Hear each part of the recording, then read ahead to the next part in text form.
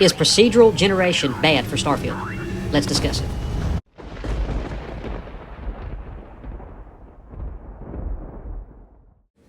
To start things off, I'm going to give you all a bit of information from an interview in IGN's Summer of Gaming between Ryan McCaffrey and Todd Howard.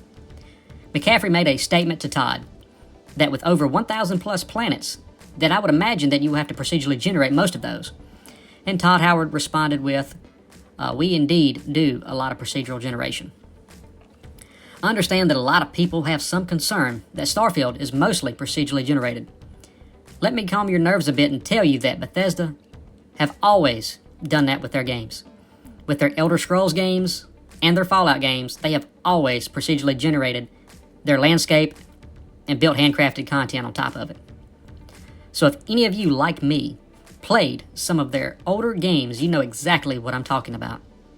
Skyrim is arguably one of the greatest RPGs ever made, and it was procedurally generated.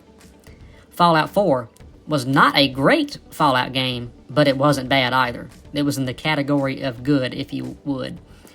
And it was procedurally generated. When it comes to procedural generation, you could say that Bethesda knows what they're doing. They've been working with the Creation Engine for a very long time and have made all their games with it. You know, I also see why a lot of people want to compare Starfield to No Man's Sky. Both are space exploration games, both are procedurally generated, and have a lot of similarities between the two.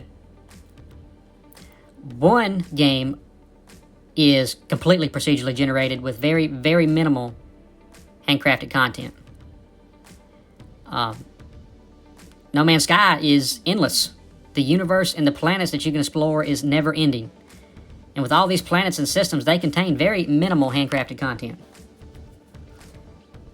With Starfield, on the other hand, you have just over 1,000 planets that was procedurally generated with a lot more handcrafted content. So in theory, less planets to focus on to handcraft content compared to No Man's Sky, which is endless. Todd Howard did say in the interview with McCaffrey that in Starfield they have done more handcrafted content than they have ever done in any other Bethesda game.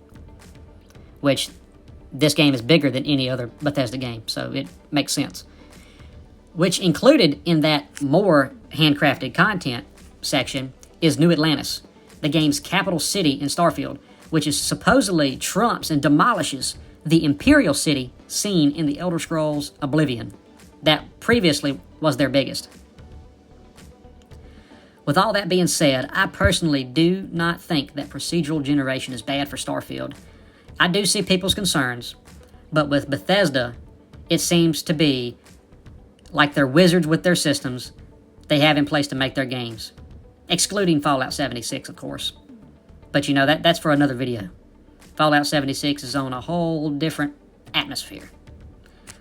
But that's all I have for today's video. Thank you all for watching. If you would, please leave a like, comment, and subscribe. And I'll see you all next time.